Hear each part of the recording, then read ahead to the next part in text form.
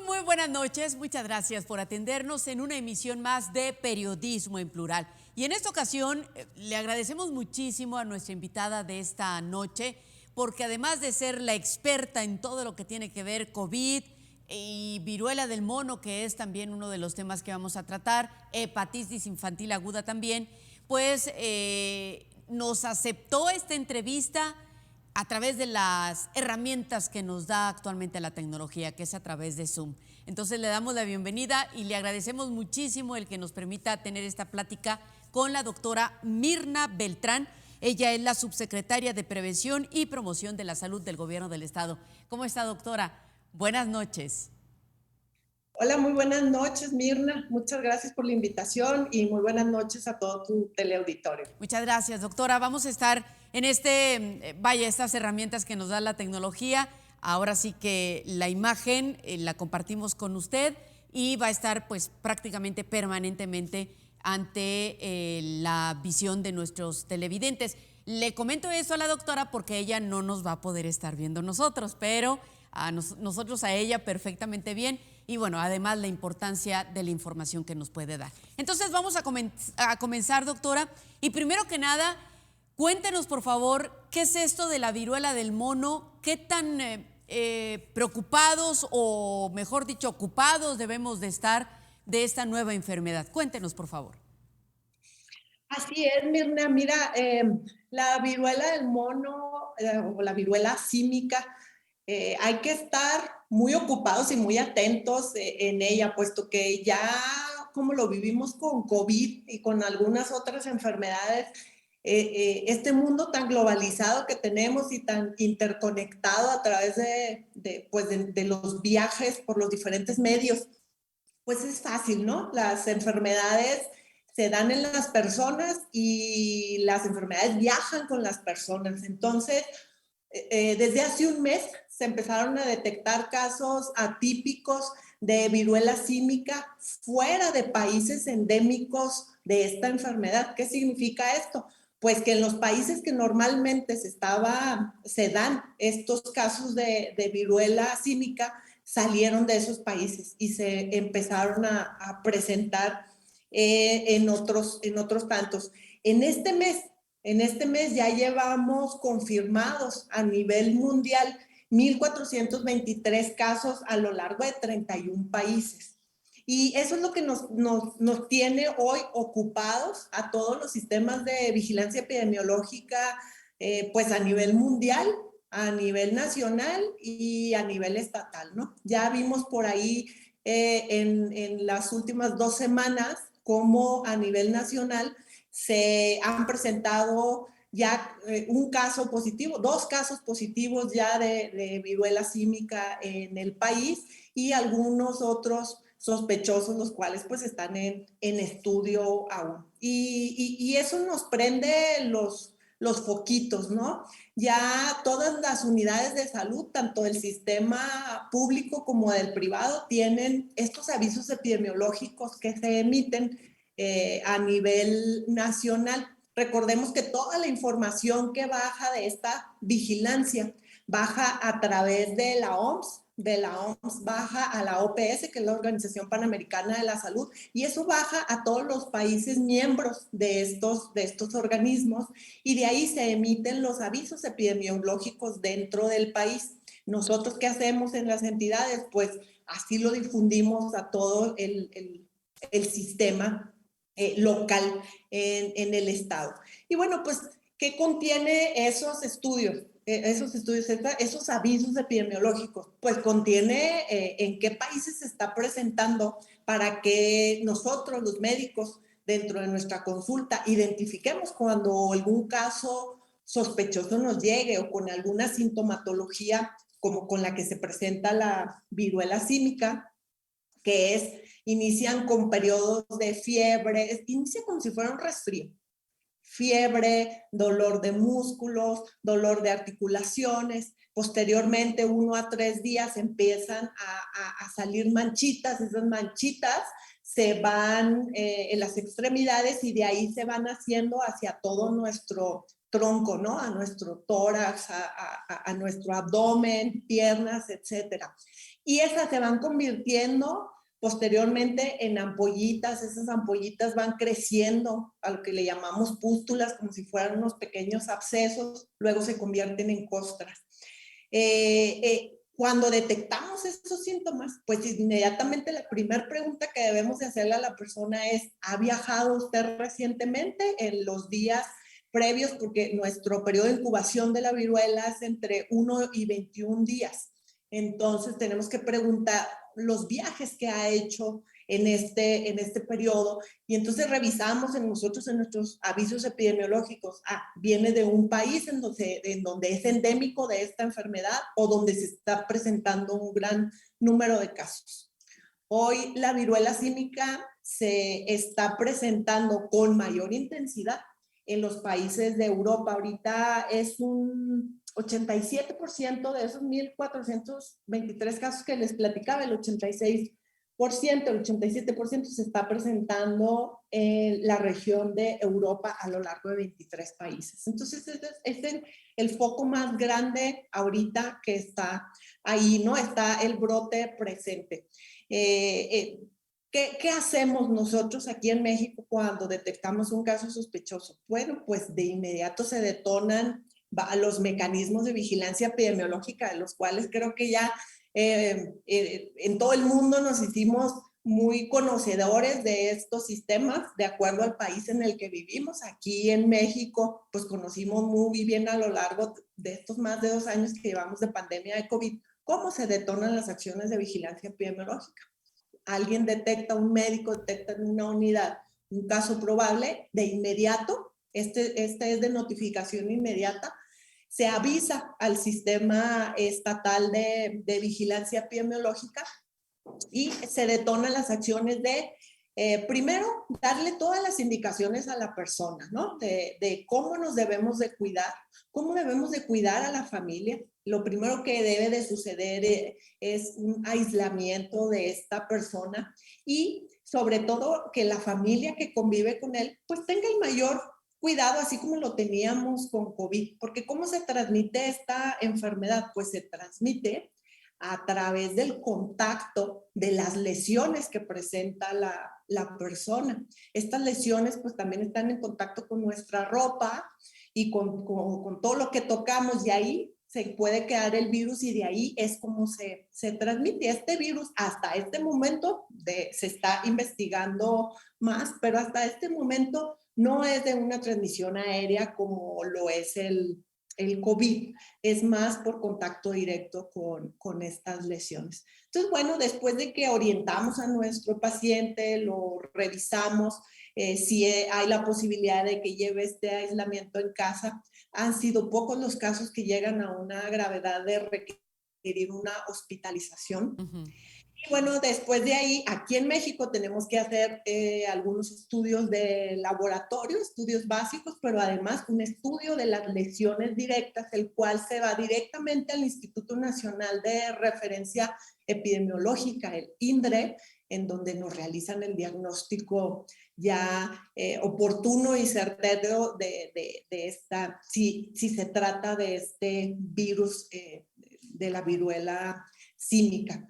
Entonces se detona toda esa vigilancia en la cual después de que ya brindamos la atención a la persona, identificamos sus contactos, orientamos a esos contactos qué hay que estar vigilando en los próximos 21 días por si llegan a presentar algún síntoma, y entonces volver a detonar toda esta parte que les vengo platicando. Bueno, pues todo esto, esta información se sube también al sistema de vigilancia epidemiológica, el cual nos ayuda a visibilizar y a hacer visible ante los sistemas mundiales también el número de casos que se están presentando. En Chihuahua no hemos tenido hasta el día de hoy casos positivos ni casos sospechosos. No estamos exentos, les decía ahorita, en este mundo tan interconectado que tenemos, pues tenemos turistas de todas las latitudes y los cuales pues viajan o están viajando o han viajado por estos países endémicos o estos países en donde este brote está más activo que en otros. Entonces, a grandes rasgos, Mirna, pues Ujú. eso es lo que está pasando ahorita con la viruela símica, es lo que pedimos a la población, lo mismo que pedíamos con COVID, Mucha estar atención. muy atentos de los síntomas que presentamos, sobre todo si hemos viajado o hemos estado en contacto con alguna persona que viajó y que trae alguno de estos síntomas. Precisamente para allá va la pregunta siguiente. Si conocemos alguna persona que haya llegado recientemente de Europa, que es donde me dice hay más casos, ¿qué es lo que tienen que hacer? ¿Qué es lo que tienen que hacer la gente que los rodea, la familia? ¿Inmediatamente poner distancia o hasta que presenten los síntomas? No, Mirna, yo creo que hay que esperar a presentar algún síntoma, sobre todo si esa persona que viajó presenta algún síntoma, ahí sí. Inmediatamente nosotros como contacto de esa persona hay que estar, aislarnos y no aislarnos como lo hacíamos con COVID, sino tener todas las precauciones de, de si la persona con la que estamos teniendo contacto ya tiene alguna lesión o hemos estado abrazándola, hay que estar vigilando nosotros cualquier síntoma y en ese momento sí, aislarnos de nuestra familia cercana, ¿no? Y de evitar fiestas, evitar salir a lugares muy públicos. ¿Por qué? Porque pues ahí tenemos contacto con las personas Ujú. al tocarnos y ahí se puede generar más proliferación de la infección. Sin embargo, recordemos, como lo he venido diciendo, son las lesiones las que Ujú. generan este contagio. Ok, No nos vamos a contagiar si no existen las lesiones todavía de las ok. personas. Pero lo primero que hay que hacer es vigilar nuestros síntomas y sobre todo el de la persona que viaja. ¿Qué hay de los animalitos? ¿También por ahí puede haber los contagios?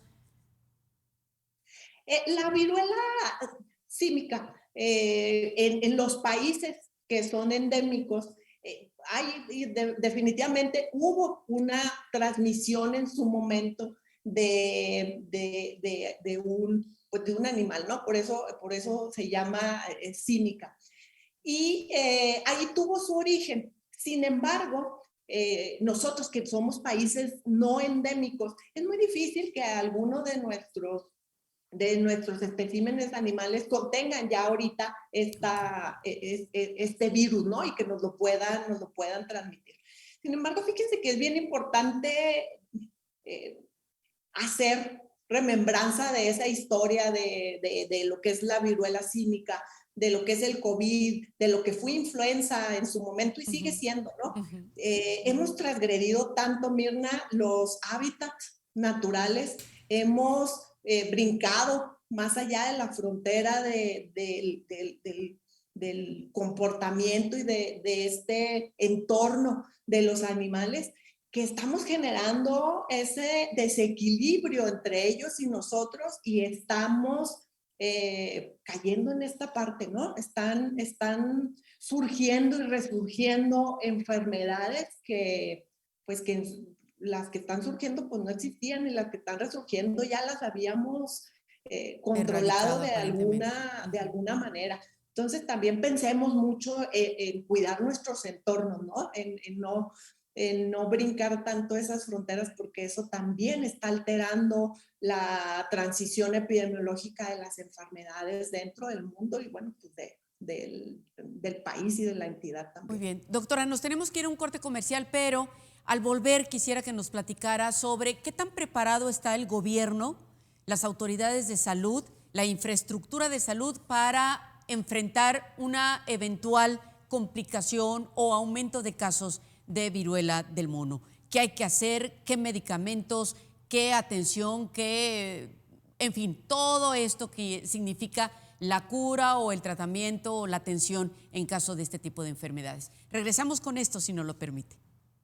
Nos vamos a un corte, volvemos.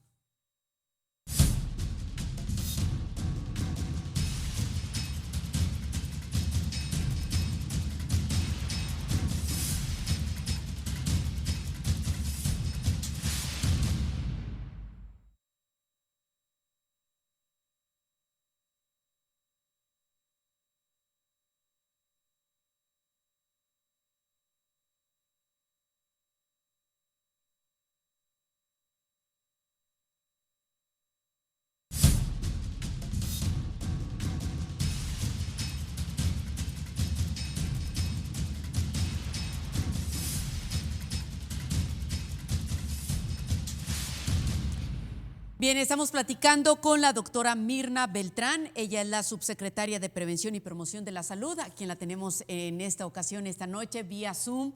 Y bueno, ya en esta plática que usted nos ha dado, doctora, nos mencionaba que habían 2 casos detectados en México de viruela del mono. No son los que estaban en la Ciudad de México. Tengo entendido que se estaba buscando otra persona que estuvo en Puerto Vallarta con estos síntomas. Y hoy acabo de leer otra más en Nuevo Laredo. Entonces, ¿estamos hablando de 3 o cuéntenos? Eh, confirmados hasta el día de hoy, seguramente mañana se va a actualizar más la información. Es el primero que se dio en Ciudad de México, así es, que venía y probablemente su contagio fue en Holanda. Y el segundo caso fue este de Puerto Vallarta que mencionas, en Jalisco. Y está en estudio otro de Jalisco también.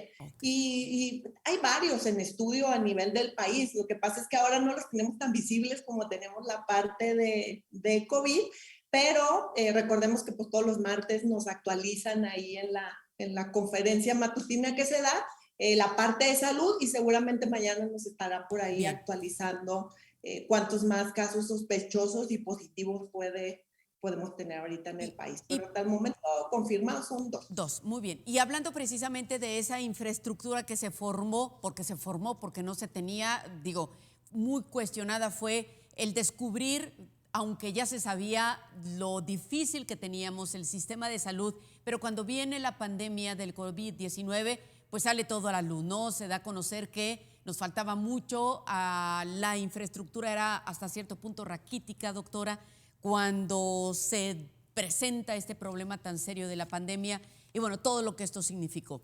Ahora que ya tenemos la amarga experiencia del COVID-19, con esta nueva enfermedad de la viruela del mono o viruela símica, ¿cuál es la condición en la que se encuentra? Y no hablo nuestro país, nuestro estado, para dar atención en caso de que se presenten casos que pudieran ya empezar a alertar a la población. Bueno, mira, es cierto, Mirna, desnudó esta pandemia todas las debilidades que teníamos y que tenemos, todavía hemos ensufragado todas las debilidades que existen en el sistema estatal de salud. Sin embargo, la pandemia también nos hizo muy resilientes, nos hizo planear y actuar rápido ante la emergencia. Todos esos procesos de reconversión que se estuvieron dando en los diferentes tiempos de la pandemia, creo que es la fortaleza más grande que nos quedó en esa parte, ¿no? Y aterrizándolo a la viruela símica, afortunadamente, Mirna, no, estadísticamente, no representa o no se han visto complicaciones masivas de estos casos, ni siquiera defunciones en la proporción que se vio en algún momento en COVID. Entonces, podemos decir, estamos listos, sabemos ya cómo reconvertir nuestro sistema ante una emergencia. Creo que se crearon varios mecanismos también, nacieron algunos mecanismos que nos ayudaron a hacer compras más rápidas. Ya tenemos esa experiencia, la cual a nivel nacional y a nivel estatal vimos, ¿no? Cómo muchas de las propias leyes nos frenaban o nos detenían o hacían que el proceso fuera más largo de esas compras. Sin embargo, creo que también fue una de las cosas buenas que nos dejó el ya identificar o que se hayan modificado algunos procesos para adquirir rápido esos insumos. Claro, eso va de la mano en la medida en que a nivel nacional y mundial haya proveeduría de estos insumos, ¿no? Pero creo que ya el sistema queda más fortalecido en esta parte de la infraestructura. Y no en la infraestructura al 100%, Mirna, me refiero a esa infraestructura de emergencia para dar una atención rápida en este tipo de casos. Y la otra parte, el Ujú. recurso humano creo que también fuimos y seguimos siendo muy resilientes ante la emergencia y estaremos listos y para la batalla, ¿no? Tal vez cansados, eso sí, porque venimos de más de 2 años de enfrentar esta gran demanda de atención que requirió la población, incluso pues algunos de nosotros también. Y creo que vamos más avanzados, ¿no? Que cuando se presentó COVID. En caso de que se llegara a presentar algún, alguna emergencia que requiriera la capacidad masiva de hospitalizar personas y atender, creo que estamos listos para eso. Cuando menos los mecanismos están sentados. Bien, doctora, acaba de salir por ahí una leyenda, nada más recordar de nuestro público que es Zoom, entonces hay cosas que no están en nuestras manos, pero bueno, vamos a tratar de aprovechar el tiempo. El medicamento o el tratamiento en caso de viruela del mono es solo descanso y solito sale el bicho o el virus, ¿cómo funciona? ¿Hay un tratamiento en particular? No existe un tratamiento en particular, existe el tratamiento que es sintomático. Damos el medicamento para la fiebre, sí hay algunos antivirales que se manejan para este tipo de enfermedades, así como los damos en varicela, también en viruela, pero es específicamente eso, no existe un Ok. medicamento mágico para que se quite la viruela, ¿no? De inmediato. Entonces entendemos que la viruela del mono existe, hay varios casos, pero en caso de que llegue a Chihuahua, ahora sí que la población no debe de espantarse o de caer en pánico, no es un COVID-19, es algo mucho más ligero, ¿sí?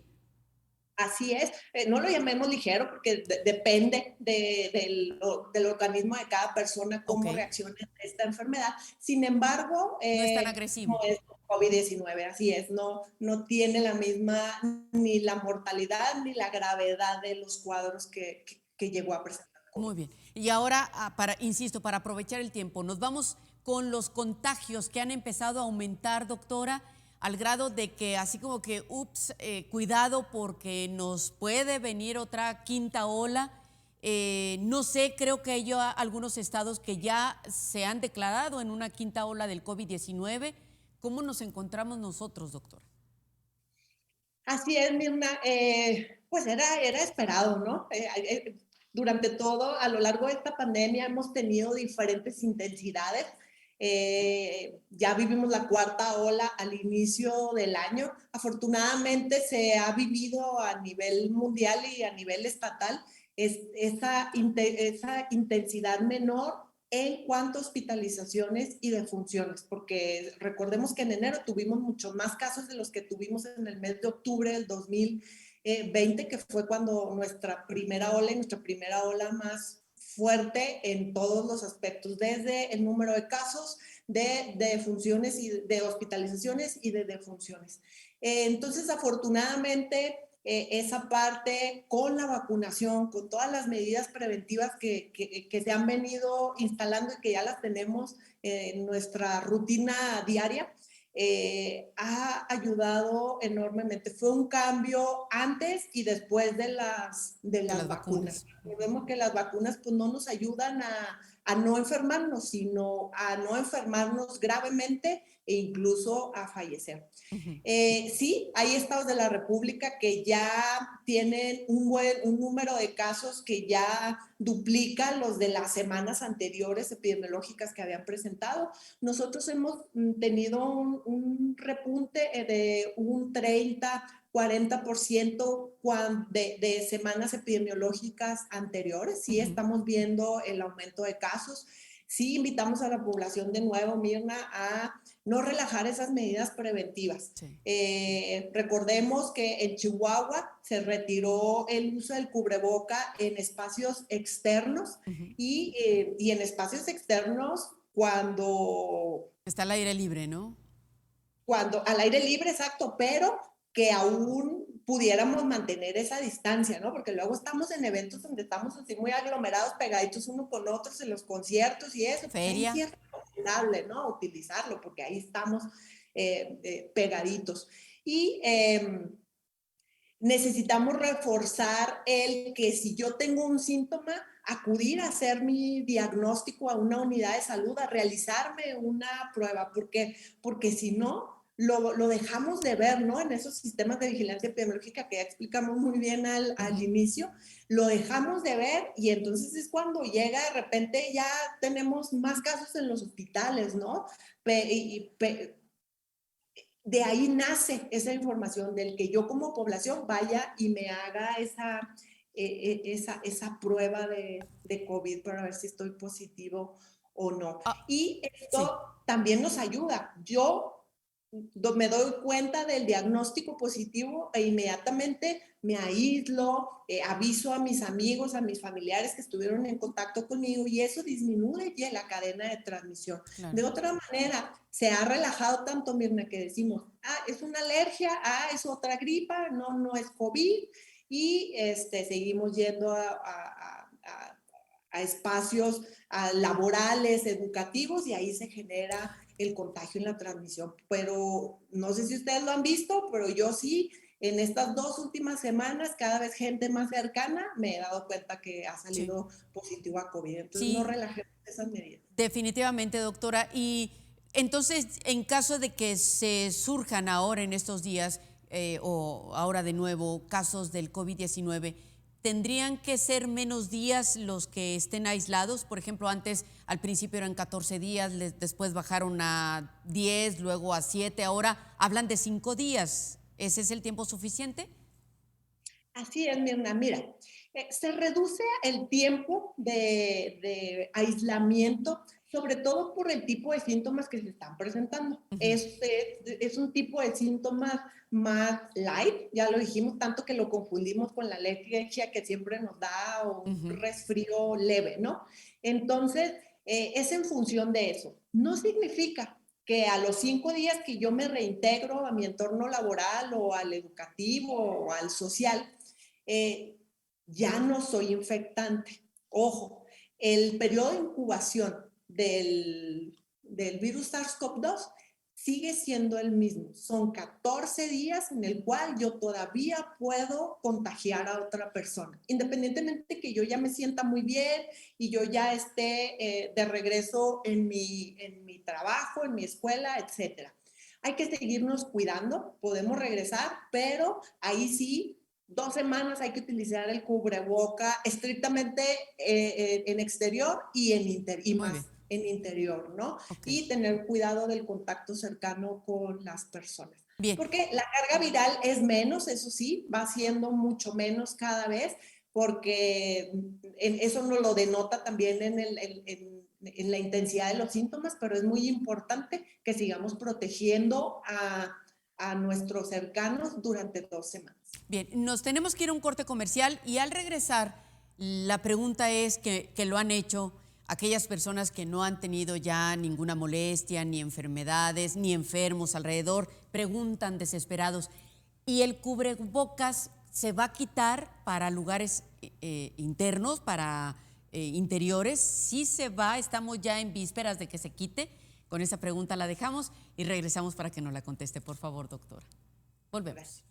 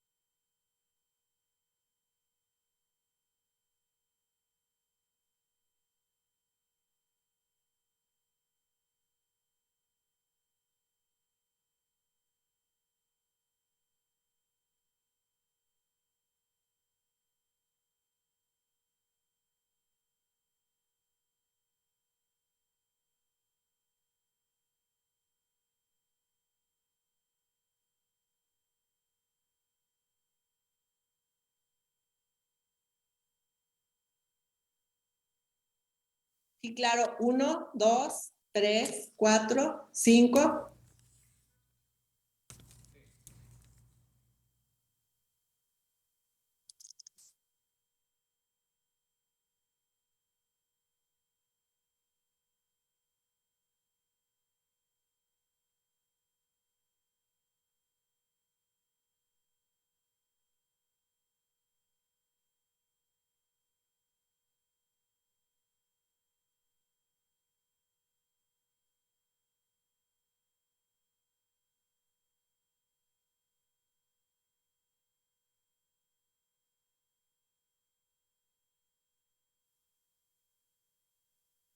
¿Me escucha, doctora? Sí, muy bien, Ah, Mirna. perfecto. Ya la volvieron a conectar, ¿verdad? Para que no nos salga ahí que...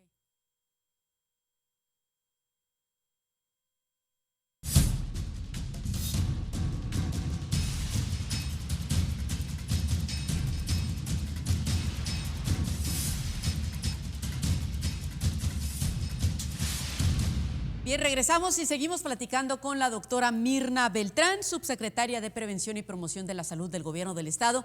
Y nos quedamos con esta pregunta. ¿Es posible que en breve puedan quitarse el cubrebocas también para ya el resto de nuestras actividades al interior, en fin? ¿O cuál es el pronóstico, doctora? Bueno, Mirna, el tema del cubrebocas ha sido toda una controversia, ¿no? Desde que inició la pandemia.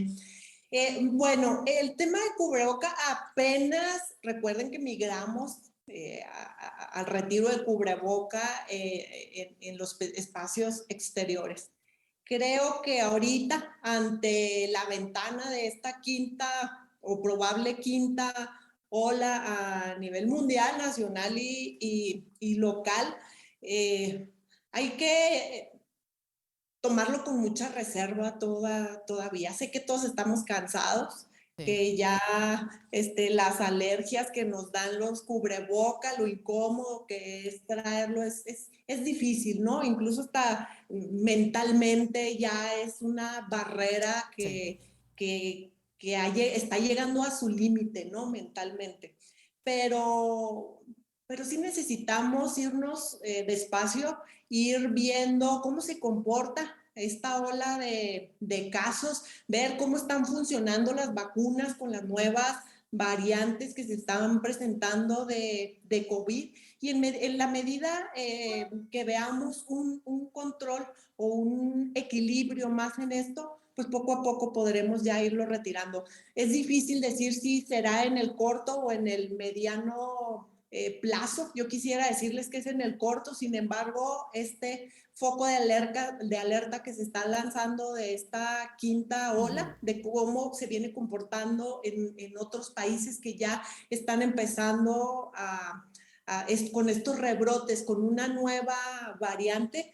Y nosotros apenas vamos en la BA.2 y BA.4, ya en Bélgica tienen la BA.5, la cual les está empezando a repuntar, pues es lo que nos tiene que prender esos warnings y decir, vamos a esperarnos un poco. Entonces, nosotros como Secretaría de Salud, como personal de salud, no recomendamos ahorita todavía el retirar en los interiores. Creo que sí debe de haber una transición y una migración a retirar el cubreboca en el interior, pero tendrían que ser casos muy específicos con reglas muy claras para la población de cómo llevarlo. Tenemos por ahí algunos planteamientos, sin embargo, necesitamos primero ver este comportamiento de esta ola y luego ya aterrizarlo con los diferentes grupos que nos han apoyado a lo largo de esta pandemia y sobre todo al interior del Consejo Estatal de Salud, ¿no? Entonces no es probable que se quite al interior en lo que resta del año.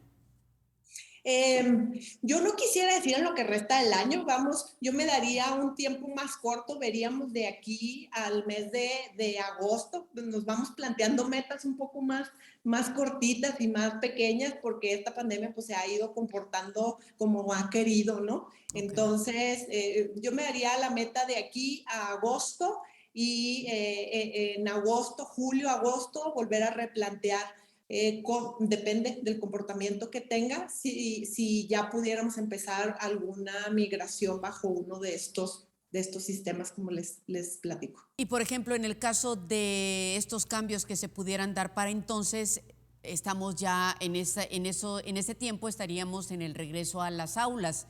Ahí podrían también venir cambios para los niños, para los estudiantes.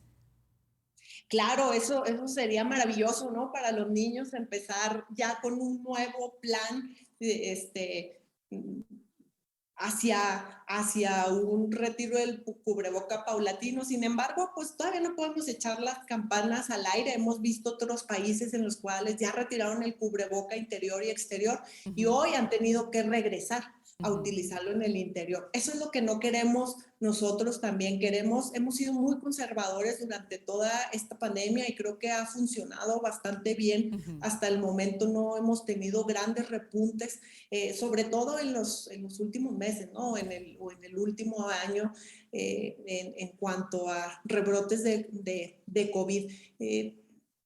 Vamos siendo cautelosos, vamos viendo cómo se comportan los próximos meses y sobre todo vamos esperando si ya nos llega la vacuna para nuestros niños, ¿no? Si ya nos llega Ajá. ese biológico también para nuestros niños, podemos ser más certeros en las acciones que podamos tomar sabiendo que ellos estarían protegidos ante una enfermedad grave. Ok, y antes de irnos al tema de las vacunas, doctora, en el caso de Ciudad Juárez, en estos momentos tenemos, para seguir con el tema de los contagios, en el caso de Ciudad Juárez tenemos una feria, la Feria Juárez 2022.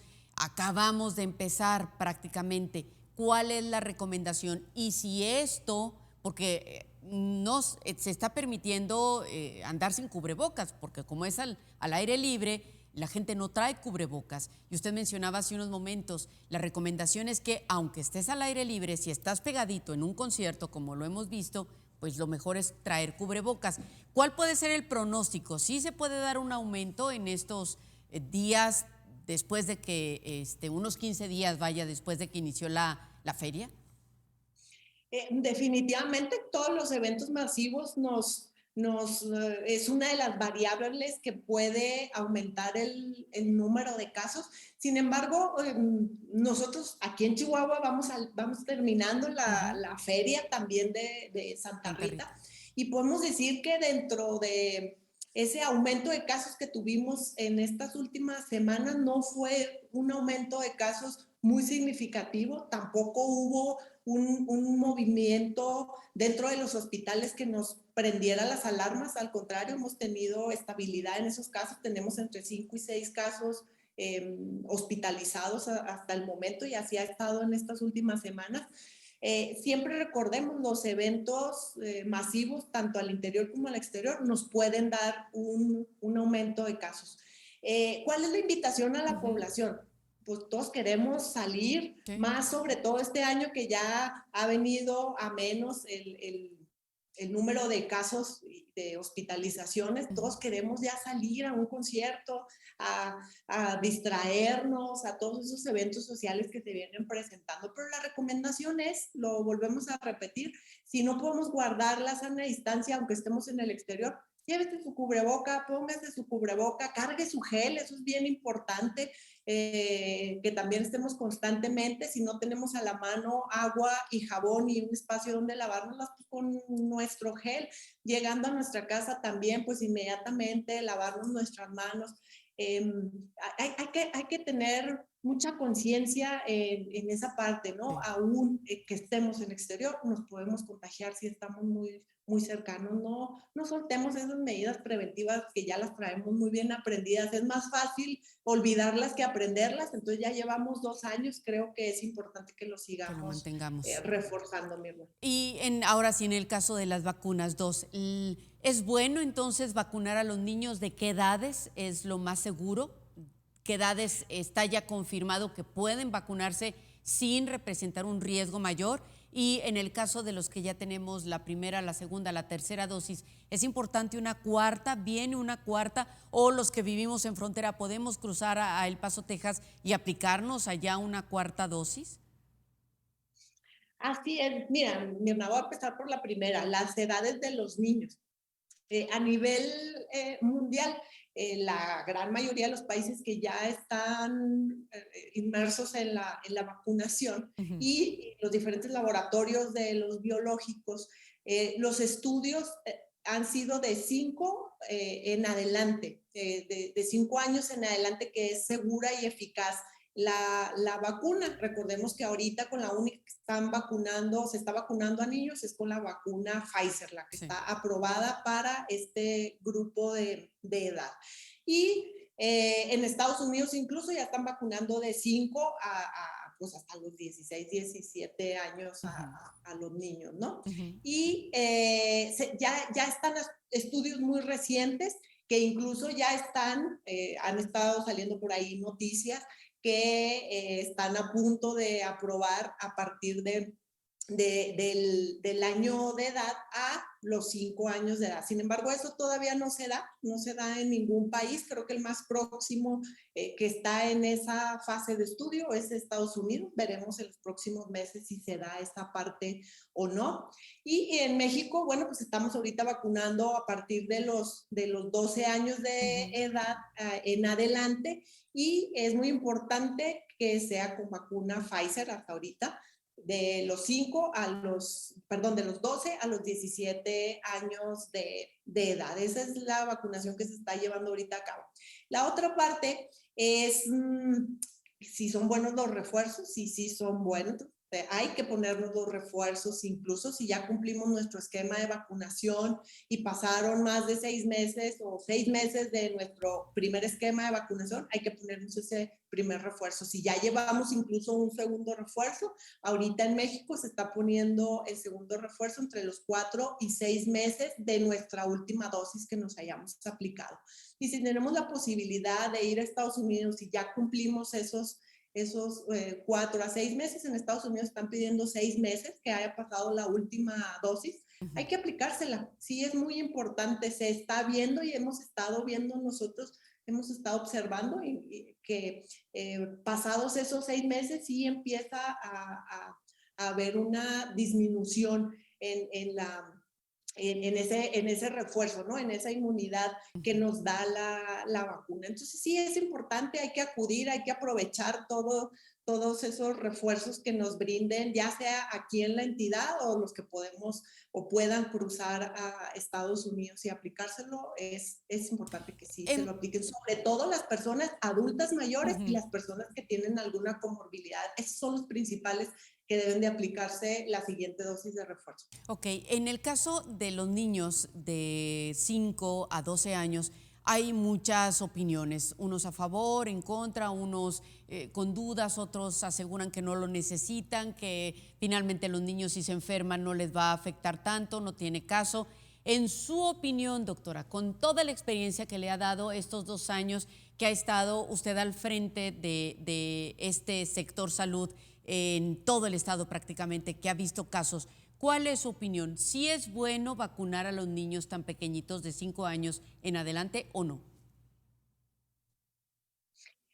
Miren, todas las vacunas que se desarrollen en cualquier tipo de enfermedad, siempre y cuando estén probadas, son buenas. Es una protección extra que le brindamos a nuestro organismo, ¿no? Y más a nuestros niños. Afortunadamente, tú bien lo dijiste y hemos visto en la estadística, es en un porcentaje menor en el que los niños se enferman y se complican. Sin embargo, no significa que no se enfermen y no se compliquen. Así sean 1, 2, 5, 10 o 20, pues son vidas que corren riesgo y no sabemos del total de niños cuáles sean los que vayan a presentar esa enfermedad grave, ¿no? O esa complicación. Es cierto, a nivel mundial y a nivel de las naciones siempre es así. Las vacunas se ponen en grupos blanco específico de donde se presenta mayor gravedad de las enfermedades y mayor mortalidad. Así ha venido siendo en todos los tipos de vacuna que conocemos, en los 14 tipos de vacuna del esquema básico de vacunación en México y a nivel mundial también. Sin embargo, hoy ante COVID, yo personalmente les puedo decir que sí recomiendo, si tenemos acceso a esa vacuna, quienes puedan o vayan, tengan acceso en Estados Unidos a aplicársela a sus niños, hay que aplicársela, es un refuerzo que no es en vano y que en cuanto lo tengamos aquí en México y aquí en Chihuahua, hay que acudir a llevar a nuestros niños. México no se ha caracterizado por ser un país antivacunas, no empecemos a hacerlo porque hemos tenido desafortunadamente, en menos cantidad, ¿verdad? Afortunadamente, pero sí se ha presentado en algunas de nuestras jornadas de vacunación, muy aislado, pero se ha presentado, sobre todo ahora con los adolescentes, personas que se han presentado ahí a tratar de convencer a los tutores, a los padres, a los propios adolescentes en no vacunarse, ¿no? Entonces, es muy importante, creo, yo personalmente como médico, como profesional, y hoy que me tocó estar al frente de esta pandemia, yo sí lo recomiendo. Entonces, en cuanto lo tengamos aquí, acuda, no duden en acudir con su pequeño a ponerle esta vacuna. Bien, doctora, de nuevo un corte comercial y regresamos con más, si no lo permite. Gracias. Volvemos.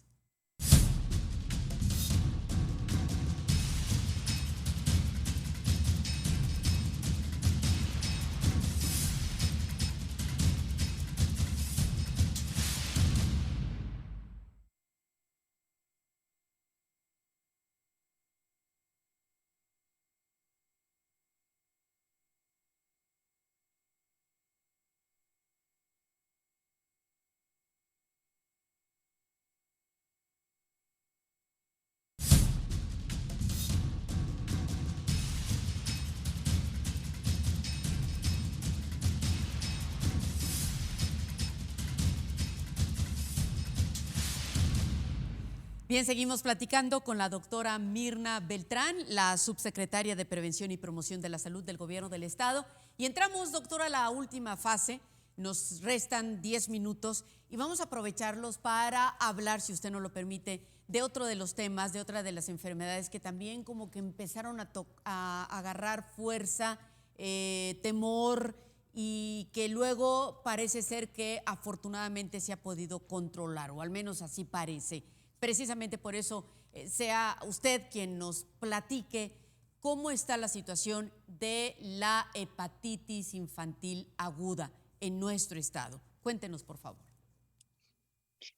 Así es, Mirna. Bueno, la hepatitis aguda grave de etiología desconocida, la cual se vino haciendo pública por allá por el mes de abril, los primeros meses de abril, los primeros días de abril, perdón, se dieron las primeras notificaciones a nivel mundial, ¿no? Empezaron en Escocia, se notificó un número considerable de casos que se presentaron atípicos en un periodo corto de tiempo, los cuales no tenían correlación con otro virus como los virus de la hepatitis en sí, ¿no? Tenemos hepatitis A, B, C, D y E.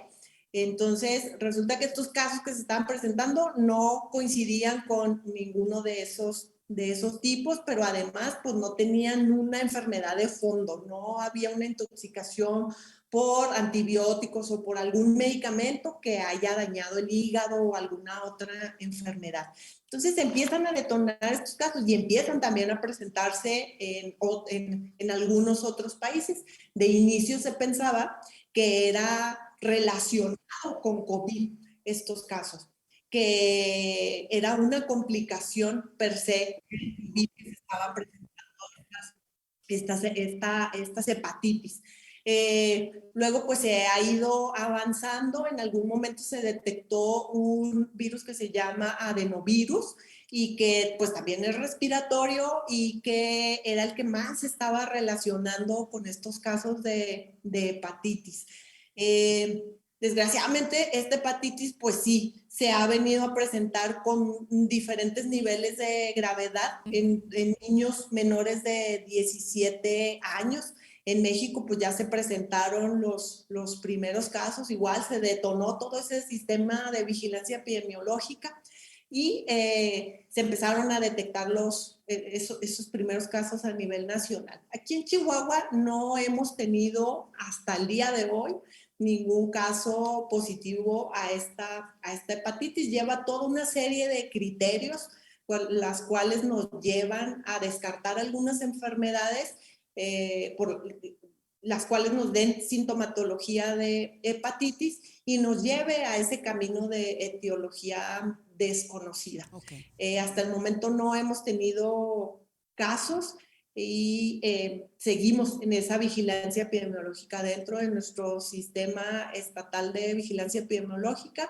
Ya están los avisos dados, ya nuestros médicos a nivel institucional de las diferentes instituciones, IMSS, ISSSTE, pensiones, Secretaría de Salud, pero también los particulares, pues están muy atentos y todos los días llevamos una red que se llama Red Negativa. Esta red negativa se trata de que el sistema de vigilancia epidemiológica a través de los diferentes puntos o jurisdicciones que son las que manejamos nosotros en Secretaría de Salud, ellos se encargan de llamar y de investigar en todos los hospitales del estado si hay algún caso sospechoso. Hasta el momento, pues no lo hemos presentado. Incluso a nivel mundial no ha avanzado tan rápido como ha avanzado la viruela símica y bueno, sigue en estudio esta parte de la hepatitis. ¿Y qué hay que hacer? Pues estar muy pendientes de nuestros niños, de esos síntomas que se presentan, que inicia de nuevo con fiebre.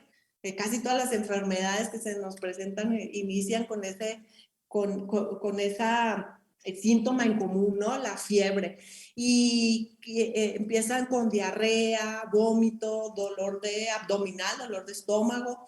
Y el síntoma más característico de la hepatitis es cuando les empezamos a ver un tinte amarillento en la piel, en la conjuntiva de los ojos o incluso en la mucosa, ¿no? En la lengua. Pero pues es muy típico que se ve amarillo o los ojos o la piel. Y eso inmediatamente pues hay que acudir, hay que llevar a nuestros niños a la revisión médica para que les hagan el diagnóstico y se dé un tratamiento oportuno, que no existe tampoco un tratamiento específico y más cuando es de etiología desconocida, ¿no? Pero sí hay medicamentos que ayudan a disminuir esa inflamación y a ir identificando qué es lo que está causando esta hepatitis. Hay que estar muy, muy atentos de nuestros perritos. ¿La cura, doctora, tendría que ser un trasplante de hígado? Cuando ya son fases muy avanzadas, que sí se ha visto en este tipo de hepatitis que han tenido una progresión muy rápida, no en todos los casos afortunadamente, pero en los casos que hay esa progresión tan rápida, lo más grave o el tratamiento que detona, en el cual se requiere un trasplante, son pocos los casos, sin embargo, se presentan. Por eso necesitamos estar muy atentos y acudir con nuestros niños en cuanto presenten los primeros síntomas, ya sea de diarrea, de vómito, de dolor. Hay que estar muy pendientes y no dejarlo pasar, no decir, mañana se le quita, porque ya cuando presentan ese tinte amarillo es que ya llevamos una fase más avanzada. Pero sí, el tratamiento final en fases muy graves es el trasplante de hígado. ¿Y aquí en Juárez, en Chihuahua, en el estado, estamos preparados para hacer trasplantes de hígado en caso de ser necesario con casos así de hepatitis infantil? En estos últimos años no tenemos el personal con el expertise para trasplantes de hígados en niños, sí lo tenemos en adultos y eso en muy pocos casos tenemos personal o especialistas con expertise más en otro tipo de trasplantes como el de riñón, que es el más común. El de hígado no es tan común, tal vez por eso los especialistas en ese apartado pues se concentran en en otras ciudades del país, ¿no? Está en Ciudad de México, en Monterrey, en Guadalajara. Y recordemos la otra parte es todo el proceso que se lleva para un trasplante.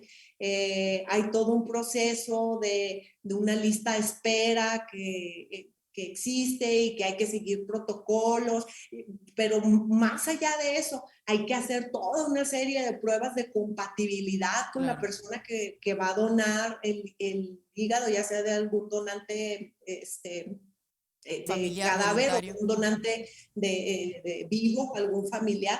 Todo esto lleva días, meses ese proceso para que se detone ese trasplante. Entonces, por eso es muy importante identificar a tiempo esos síntomas Claro. para tratar de no llegar a esa progresión grave, ¿no? Y esperemos que esto se vaya conteniendo y no crezca a ese nivel Ojalá. de que no podamos los sistemas de salud, incluso a nivel nacional, a solventar esta parte final de tratamiento en casos tan graves cuando se presenta. Sin embargo, los casos que se han presentado en México hasta el momento no han derivado o no se ha requerido el En trasplante. trasplante. Y en caso de que se pudiera dar un caso aquí en Ciudad Juárez, ¿serían trasladados hacia otra parte de la República?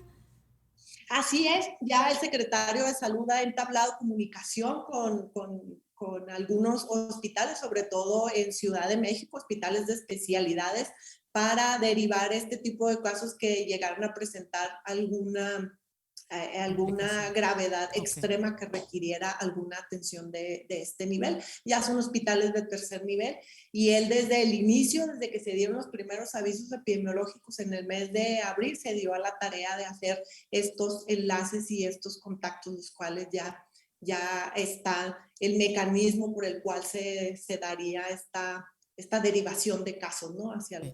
Hacia el tercer nivel. Muy bien. Doctora, muchas gracias por su tiempo, gracias por esta explicación, por estos temas tan importantes para nuestra población. Muchas gracias, de verdad.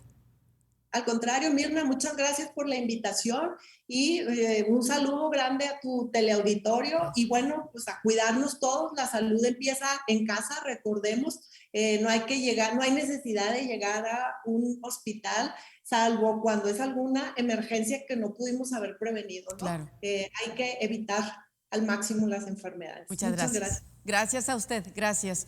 Y bueno, sobre todo gracias a usted que nos hace el favor de atendernos. Estuvo con nosotros la doctora Mirna Beltrán. Muchas gracias, gracias por su atención y hasta la próxima.